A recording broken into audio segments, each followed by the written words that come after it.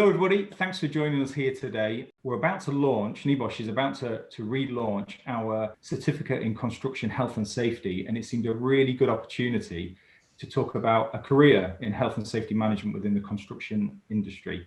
And with that in mind, I've got four great guests for me here today who are going to share their experience either working directly within construction, getting a start in construction, or helping to place people within a construction role.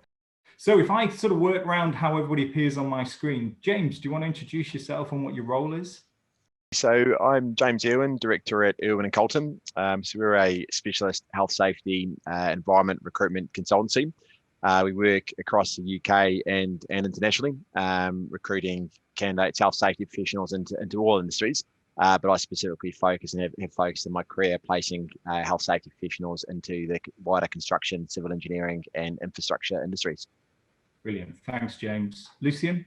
Hi, I'm Lucian Dargo. I head up health and safety at O'Keefe Construction Group. We are a civil engineering company, a specialist subcontractor delivering RC frames, excavations, infrastructure projects, and often sometimes iconic projects across London and the Kent region. Fantastic. Thanks, Lucian. Rachel? Hi everyone, I'm Rachel. I'm the head of risk at Bruntwood. So predominantly Bruntwood look after commercial office spaces in a development and construction capacity. We also have the branch of SciTech, which looks after the new innovative science that's coming to the UK. And of course the wider portfolio, so everything to do with retail, like I mentioned, offices and construction. Fantastic. Thanks, Rachel. And Carly? Hi, my name is Carly Hughes and I'm an Assistant Group Health and Safety Advisor for Persimmon Homes in the Anglia region, so Norfolk and some of Suffolk. And yeah, thank you for having us today. Hey, no, it's fab. I really appreciate all of you coming to join me today. So we'll kick off then. James, question for you. Sure. If somebody's looking to recruit a health and safety advisor, manager, health and safety assistant, what skills, attributes are they typically looking for? Sure. So I think it's threefold, really, Matt. I think really importantly in construction, health and safety, there's a base requirement for qualification, and generally starting at the most junior levels, that's going to be NEBOSH construction certificate, and then as you work up into manager, head of, then additional qualifications are expected to be part of that. So that kind of almost goes without saying. Generally, when we're working with clients in construction, the second thing they do look for is ideally some experience in construction. Generally, candidates go from civils to construction or within the same general industry. But I think most importantly, Matt, once you've got those two elements ticked off, that the most important thing that clients are looking for when recruiting in health and safety generally, but particularly in construction, are what we call the non-technical competencies. So it's the ability to influence, engage, communicate, get buy-in for health and safety. Those are the real key skills that the clients are crying out for across the industry, and they're the skills that are in the highest demand, and what are really separate the good candidates from the top candidates. On that, with that point regarding personal skills, soft skills, whatever you want to call them, Lucian, you and I spoke about this last time you and I met. Use your imagination. Imagine me as a young health and safety consultant going out on construction sites. Some of those conversations I had with managers, site managers, contractors could be really brutal, and I was underprepared for them, really. Do you think, how do you learn those extra skills, really? A very, very important skill set within any element of health and safety is conflict resolution, is de-escalation, is being able to read the telegraphy and body language, but you've got to scale that, because that can be at board level, that can be at senior managerial level, that can be at project management level, and grassroots at the cold face, so to speak. You've got to appreciate, you've got to listen, and you've got to be able to interpret, and you've got to be able to use that to your advantage, and you've got to do that on the fly. And to be fair, nobody teaches you this stuff. It's baptism by fire, and you learn very, very quickly, or you fail. It's as simple as that. Yeah, all those soft skills that you're going to struggle without them, aren't you? You really are. Absolutely, absolutely. There's a lot of good people in the project management teams who will assist you and guide you, but you've got to be quite robust. Yeah. Yes, you have. Thick skin is the order of the day. That's the dress code, I think, when you start in any health and safety role, isn't it really? Thick skin is the dress code. Go on and Carly, what attracted you to a career in construction health and safety specifically? So when I was in college, sixth form, I initially actually wanted to be a paramedic. So I took my A-levels, applied at university. However, I was unsuccessful because I didn't get the grades, even though I had a lot of experience, years worth of experience volunteering with St John's Ambulance. And I thought, I'm not going to go to university for the sake of it. And I knew that I've always wanted to help people. That is my kind of goal and my outlook on life. You know, I want to help people, and paramedic medicine was the way I wanted to go. So didn't go to university. And so I applied for a job in a local oil and gas firm, and I started in the health and safety department as an administrator. So that kind of exposed me to all of the hazards and controls and all the sorts of things that come with offshore work. And as you can probably appreciate, at 18 years old, that was a bit like just mad to start with. But yeah, so to start with, I've always I wanted to help people from a paramedic perspective, but now I take pride in preventing people needing an ambulance. That's what I strive to do on a daily basis. So that's how my health and safety career kind of started. So your first NEBOSH qualification was National General, or was it the construction certificate? It was the general certificate. And then as the years have gone on, so I went from oil and gas into manufacturing for oil and gas. Still had my general at that point. And the manufacturing company that I worked for, there was a lot of construction work per se going on there. So scaffold, plant and equipment, training and all sorts of things like that. And then that led me into my current role now, working in construction for house build, for obviously Popular House Builder.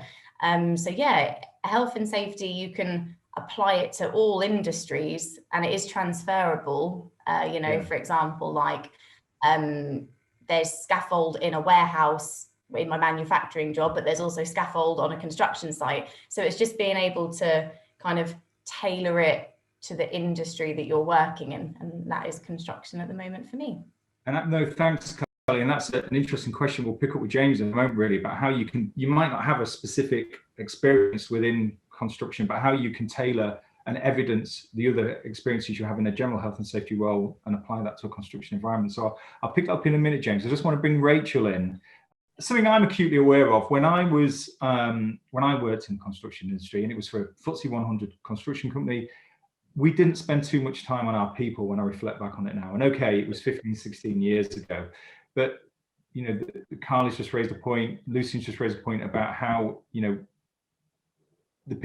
ones that we have out there doing the job, talking, negotiating, they need to be upskilled all the time to keep becoming more professionally competent. What's the construction industry doing now for its people? So I think at the moment, it's all about engagement, collaboration and communication. So it seems to me like people are reaching out like right the way across teams, across construction sites, and learning a bit more about what the current challenges are, but also a bit about what's good in their lives as well. So not just necessarily on site, but what the passions are, what the skills are, and how to bring the best out in people. It feels like it's a bit of a common theme at the moment across the industry. And then that is just in turn going to make people a bit more effective. So it's great to kind of cross-pollinate people. So the younger generation that are coming in are spending a bit more time with your construction manager who's been on site for 30 odd years, and just really, like I say, engaging and collaborating with them. It means also from a health and safety point of view as well, if we're collaborating with these types of people, we get seen as that supporting function. So it means that we get brought in a lot earlier into project timeline, so that we can apply our skills and knowledge, etc., at a pre-construction phase, right the way through the construction phase, so that we're not kind of left with loads of residual risks, and then each party are really reaping the benefits from that, I think. Is there a lot of collaboration across the construction industry? And there's a bit more of that now. Yeah, I think so. We've always been good at communicating with one another in construction, but now what we're starting to see is that kind of being lifted, and we're starting to communicate a little bit wider now. As health and safety practitioners, we're probably in a good place to be able to do that, and we should exercise it a little bit more. So yeah, certainly people are starting to share a lot more learning. The construction industry is resilient anyway. It was kind of on that path to changing, but what the whole pandemic situation's done is just sped everything up a little bit. And obviously we're now in a good position, and literally it gives me shivers to think about it, how much the construction industry has come together as a whole and stood together and got through this. So people are sharing, learning, they're collaborating. Health and safety practitioner is having far more communication with site managers, and site managers with contractors, and that way is kind of how we've got through all of this. And I feel like as an industry as a whole, it's just going to keep along that path and that journey of sharing. Thanks, Rachel. Lucian, I think you wanted to jump in there as well with some commentary. Yeah, so in terms of collaboration, just as a single example, out of Keith, obviously we're a groundworking company, so cable avoidance is massive for us, and the detection of cables and getting that training to the guys. So long term, we developed and we have an industry leading cable avoidance facility where we actually have a real world environment where the guys can go and scan using a cat and Jenny and be taught correctly how to understand the fields, how to understand what they're looking for. But we've mapped that out to our supply chain partners and clients. So say, for example, I've run courses where Waits residential guys have come down, BAM guys have come down, ISG's head of health and safety came down. And we constantly do that at our cost because we want to push the fact of what we're doing, our innovations. Here, if you want the plans for my cable trench, there you go. I'll tell you how it works. This is the training. This is what you need to do. And that's, our take on that, and that collaboration, that should just continue. Yeah. It's almost like the construction industry is growing into that level of maturity that oil and gas has had for a while, isn't it, really? Which is brilliant. But thanks for leading the way with it. James, what's the job market look like at the moment then within construction health and safety? Everybody's sort of leant forward a little bit in the chairs because that's what they want to know, really. What's the job market look like? Yeah, I think the answer to that, Matt, would surprise people a lot, and it's really busy. It's really busy out there, and yeah, we're in unprecedented times. We're still in a lockdown, and yeah, part way through last year, sort of March, April. Clearly, like everybody else, it was dead. There was very little happening, and then first of May, our phones started ringing, and they haven't really stopped ringing, and we're really busy at the moment, and there's a brutal battle out there for the best talent. There really is, and that's at all levels of construction. As I said earlier, it's the people. Yeah, absolutely. Qualifications, I think, are expected. Experience in construction is sought after, but on top of that, it's those people who really can bring those, but the ability to influence and engage, collaborating across organisations, taking health safety, further into the organisation and really adding value. Candidates like that are really highly sought after. So there's lots of organisations recruiting. I think perhaps part of that's due to COVID, maybe to increasing the size of teams to handle the increase in workload. But I think as well, there's huge pressure coming from HS2 that's really starting to kick through now. That's sucking up huge numbers of construction professionals, including health and safety, both with the principal contractors, but right through the supply chain as well. well. And there's big investments going on right across the UK within infrastructure, within house building, within general construction. So yeah, it's a really good place to be at the moment. Fantastic. Just for our international learners or people who are listening, alumni, HS2 is just a huge rail infrastructure project that's going on in the UK. Well, at least I think it's going on in the UK at the moment, fingers crossed. Once I'm inside the industry then, James, what other opportunities open up for me? What type of roles are open within the construction industry for health and safety people?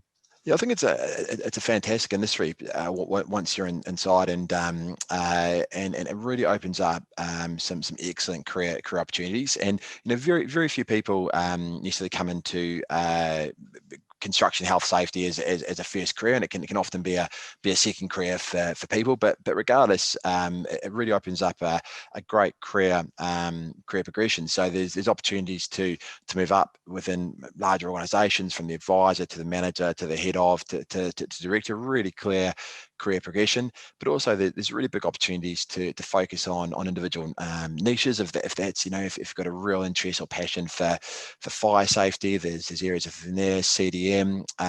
There's opportunities for individuals to grab hold of special projects within organisations. So Lucian mentioned that the exceptional work they're doing around cable avoidance at the moment, and having a real impact on the ground. And as well, it's a lucrative.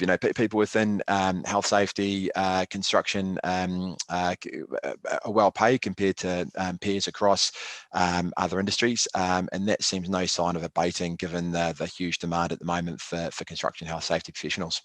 Fantastic, thanks, James. So Carly, then, we've spoken about the range of roles that are open to people within the profession. I think you've been working as a health and safety advisor for about 5 or 6 years. You've got a lot of career ahead of you, and we'll get to what your future aspirations are maybe a little bit later. But what is there an average day for you at work then as a health and safety advisor at Persimmon? No, you can plan your week as well as you would like, and you can almost guarantee before 10 o'clock in the morning it all goes out of the window. Naturally, in construction, no 2 days are the same. It's completely different every day.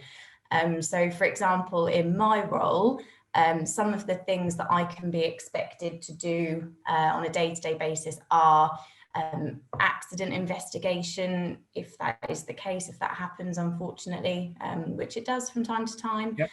Naturally, with that, you have like riddle reports to complete, communicating with the HSE sometimes as well. Site inspections, that's what I spend 80% of my time doing. I'm out on site. It's a very practical role that I currently have. And on my site inspections, I look at an array of things such as scaffold, excavations, roof work, plant and equipment, forklifts, telehandlers, all sorts of different things. And naturally, with the kind of field-based side, comes admin. So naturally, when I do my site inspection, I then have a report to type up, and I relay all the information that I've seen, if I've seen any hazards, if there are any controls, if we can nip it in the bud on site, or if we need to take it, go away and communicate with, up the organisation if there's other things that we need to implement. But the biggest thing that you can almost guarantee you will be doing on a day-to-day basis in construction health and safety is communicating with people. You spend all of your time, whether it be toolbox talks, meetings, and they could be with subcontractors, scaffolders, ground workers, bricklayers, apprentice bricklayers, a 17-year-old boy who's fresh out of college, for example, and it's his first day on the tools. And then in the afternoon, I could go to a meeting with the managing director of the region or heads of departments. So you see a whole mix of people, and your communication skills are key to on a daily basis. Brilliant.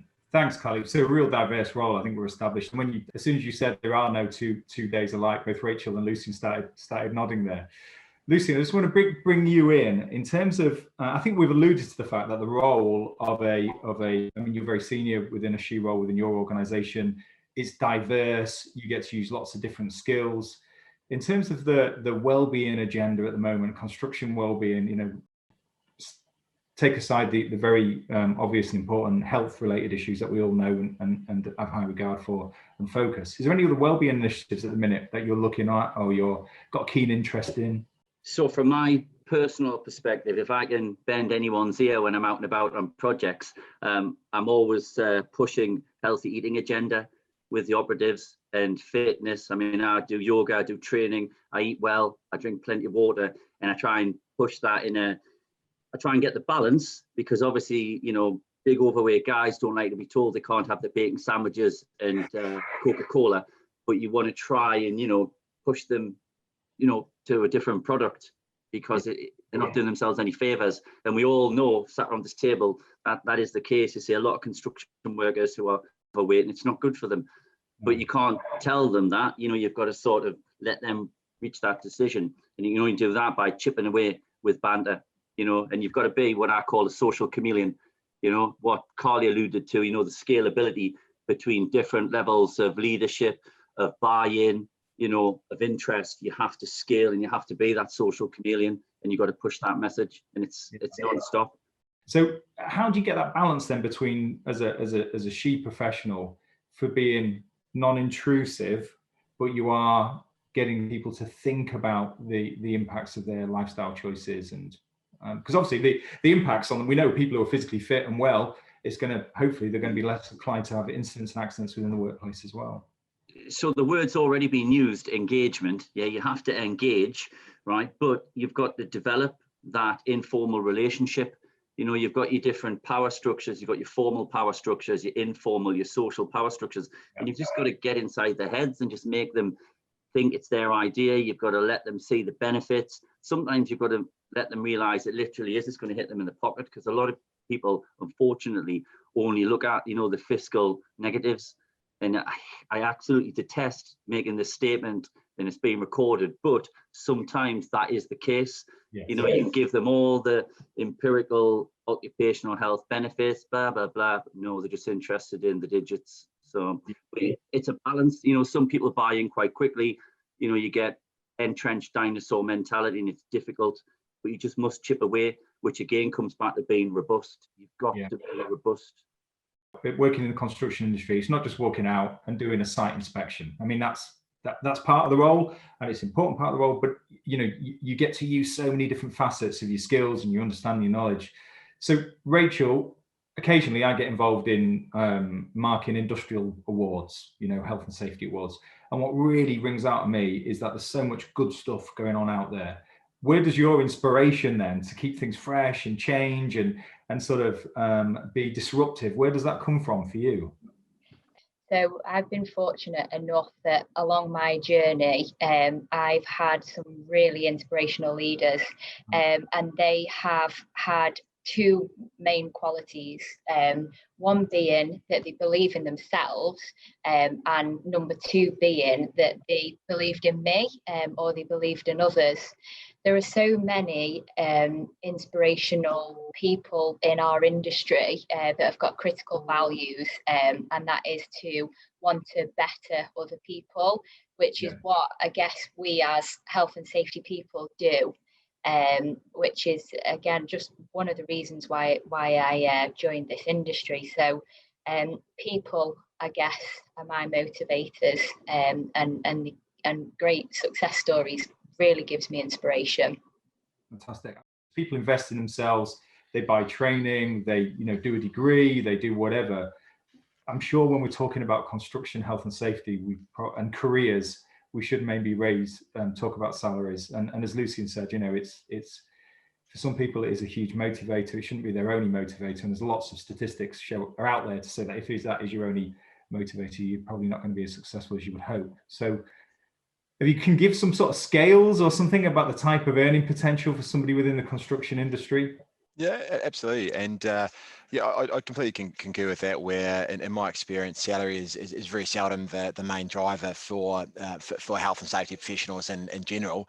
But like most people, you know, it's a component of a decision-making process when looking at moving roles or indeed a career. But it's very seldom the be all and end all. And in my experience of people who that is the first priority, or conversely, people who it's not the main priority and follow their passions, follow their dreams, follow what they're interested in. Interestingly, they're the ones who end up with the higher salaries anyway, because they're passionate about what they do, and they end up in roles that they probably do for free sometimes anyway. So it's interesting.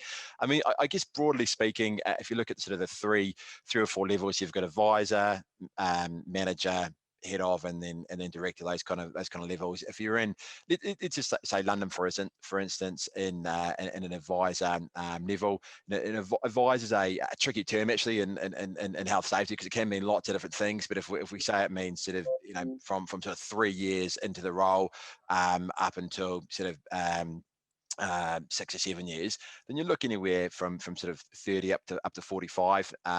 Generally, often you get a car in construction that's £45,000. And you get a car on top of that in construction. If you're a manager and go from sort of 55 up to up to 65, 70, and that can be a manager of people, it can be a manager of an area. Depends on the size of the organization. And then we've got head of, that could be head of a business unit or a smaller organization. Salaries can range from 75 up to 90,000 pounds, and obviously benefits increase, and then director roles, you know, really broad range, but from 110,000 upwards, you know, way upwards for the very big companies. I think generally speaking, the larger principal contractors will often have slightly better benefits. That's what we often see. So maybe a higher pension contribution, car allowance might be higher, and perhaps a bonus might be higher. Things that impact this, often on the larger projects, big infrastructure projects, individuals can sometimes get paid more, not always. London generally will pay sort of circa 10% more, but indeed that's not a hard and fast rule of thumb. But if you work your way up the country, generally salaries can be slightly lower, but often with the larger organisations they can be uniform across the country. It just depends. And so that's generally what we find in the salary levels, but there's a number of impacts on that. So if your qualifications can impact that, so can experience, so can pay rise within a role, or how often you move roles. But at the moment, salaries are increasing within the construction health safety. People are looking for an increase when they move roles, and there is upward pressure on that because of the high demand for individuals coming through into the industry. Yeah, brilliant. I think when you look at some of the job descriptions though, and they go, well, I want an inspirational leader, I want somebody who's incredibly technically astute, I want somebody who's an accountant, somebody who's this sort of range of skills and expectations for some of these roles within health and safety. They should rightly attract an attractive salary, I think, you know, because it's a unique skill set that health and safety people can sometimes bring. So. Yeah, absolutely. Particularly at senior levels. When you move further and further up, and you get up to the head of and director level, you're a business leader. You know, regardless, health safety is your title, but you're a business leader. You might be on the board, you might not be, but regardless, your influence, you're engaging, you're adding value. It happens to be through health and safety, but you could be adding value through other business areas just as well. You're engaging. You're often attract, and you might be managing and attract other business functions, which within your lead. And you're not a technical expert in perhaps quality. You don't have to be. What you are is someone that can get the best out of people, that can lead, can drive. And exactly what Rachel said at the start is it's all about communication and helping to drive the business forward. And that's generally what we see. Those skills, those softer skills, become much more important the further up you come, and indeed you become a business leader. Great. Lucian, you wanted to jump in there, I think, with a comment.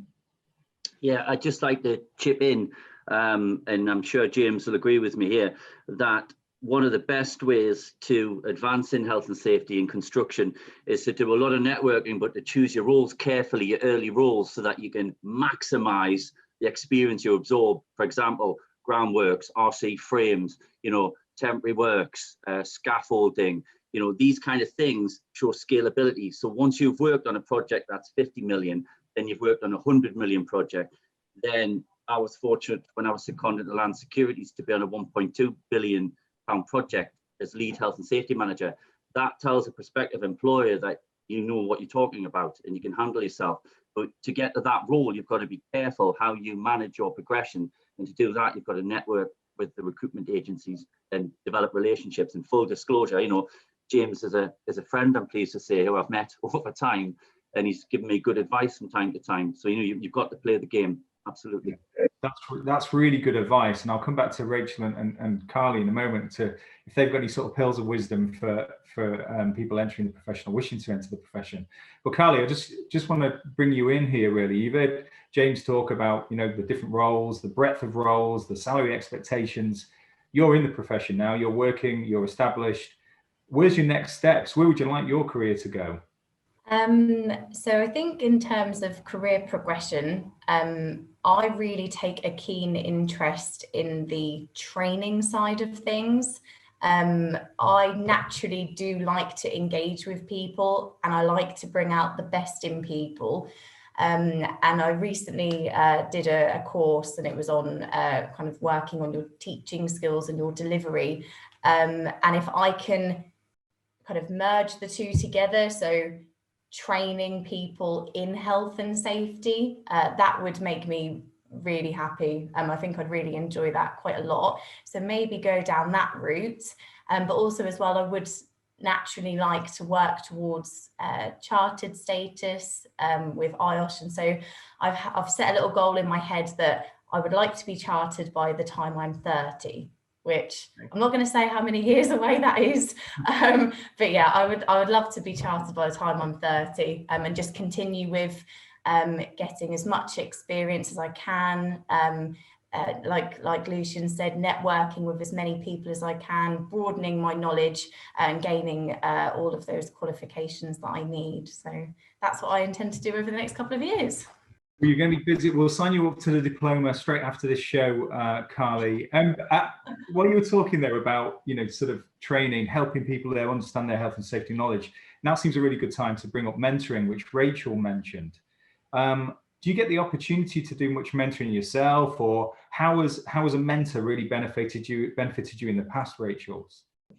Coming at it from 2 points there, I have had the inspirational leaders like I've spoken about who have always been a great mentor to me.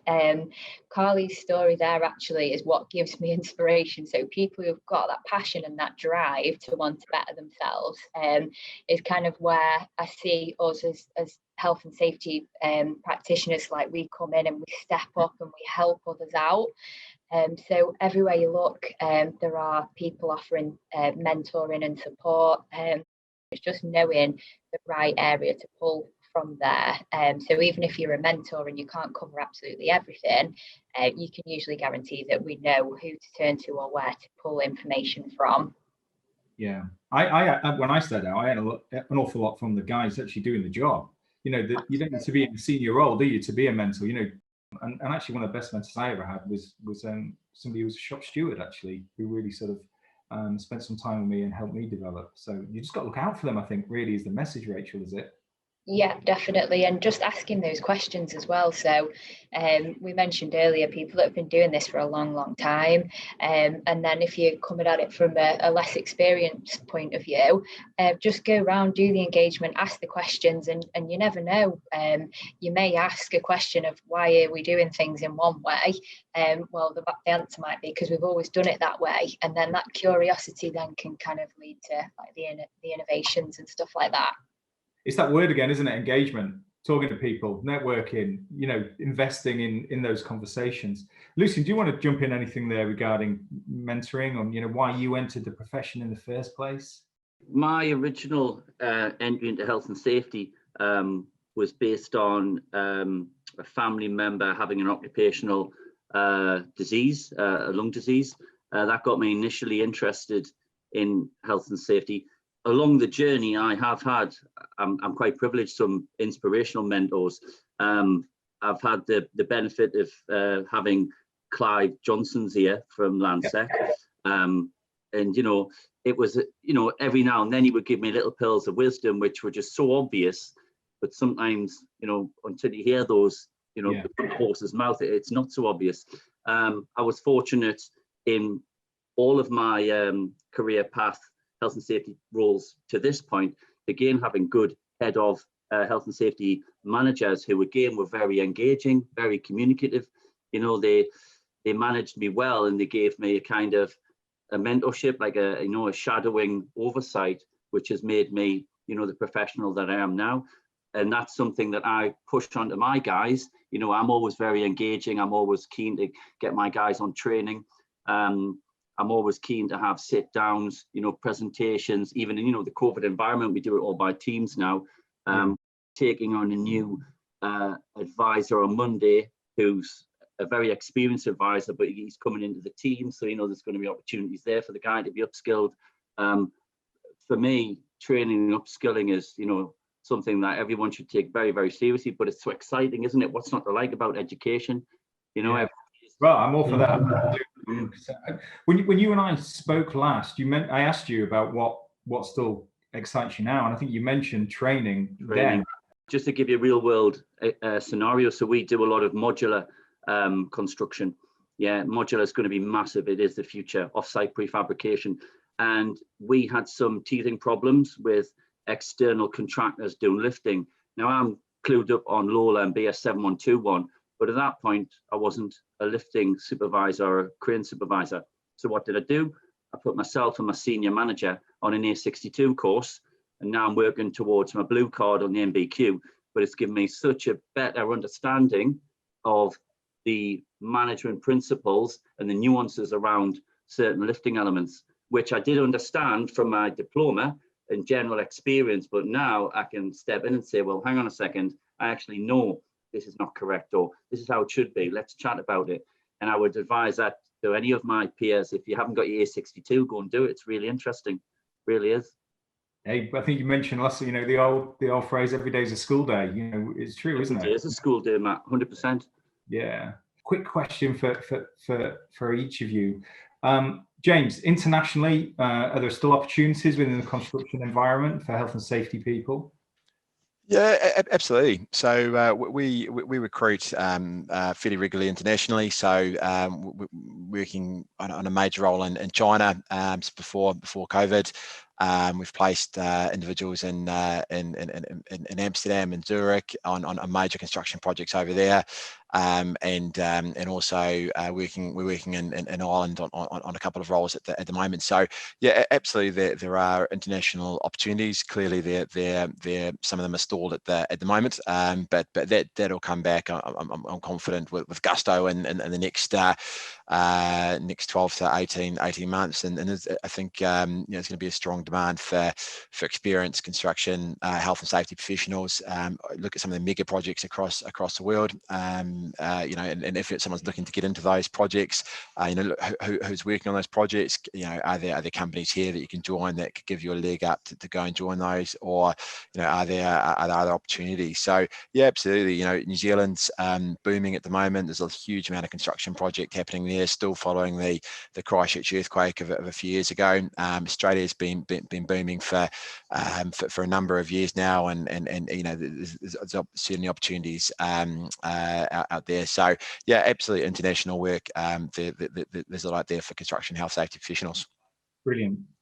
So the last question I'm going to ask Carly, Rachel, and Lucian is around. It's a question which comes up time and time again, and it's around, how did you get your start in construction health and safety, or how did you get your start in health and safety?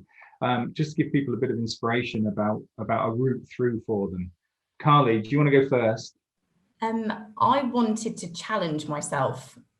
So even though I started off in renewables and then moved into manufacturing, I wanted to see what kind of other industries were out there, and construction was one that kind of cropped up at the time, and I'm so glad I made that move, because I really enjoy it. Like, the diversity and the change of work every day. Like we've said, no 2 days are the same. So yeah, it's amazing. I really do enjoy my job. Brilliant. Rachel, did you start off in a support administrative role right at the beginning of your career within health and safety, or remind me? Yeah, that's correct. So I was working for a construction company. I actually started on reception, and I noticed that there were a few positive communications coming out of the compliance department. It kind of brought to light to me that was quite a new thing, as health and safety has such a negative preconception. I think we're on the journey and getting through that now. But my real driver was wanting to be a part of changing that. So not only did I want to help people, but actually help the industry as a whole, because we do help people and it should be seen for what it is. So again, I was fortunate enough to complete my training, my qualifications, went through NEBOSH, NEBOSH construction, and obviously I was at a construction site. So I was able to kind of back up my skills and learning with on-site evidence, which I'd recommend to anybody. If you don't have that opportunity to have access to live construction sites, again, there are so many people in this industry that wish to help out with that. It's just about, directing your queries. But yeah, started off, got an opening in the compliance administration side of it. Did everything, paperwork, O&Ms, you name it. But I do feel that to be a good leader, you need to understand what people go through and have to do in the job, and be able to do it as well is important. So yeah, gained qualifications and then went off obviously to become a manager.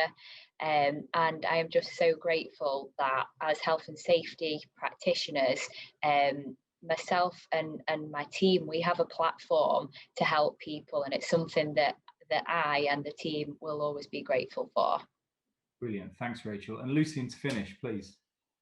As I was getting ready to graduate from university with the diploma, I started emailing for jobs in April 2015, and I kept emailing until August 2015, and I sent about 850 emails. Really? With no responses. Then finally, a recruitment company put forward a position. So I started as a consultant. Yeah, I did consultancy for a couple of months. Then I was picked up by another consultancy. Then I was seconded. Then I ended up, in my regional manager role. And then I ended up in the head of role. So you can do it, but you've got to be very, very driven. You've got to network all the way, and you've got to be aware of what roles are out there. And as I said before, pick your roles carefully so you can absorb those skill sets.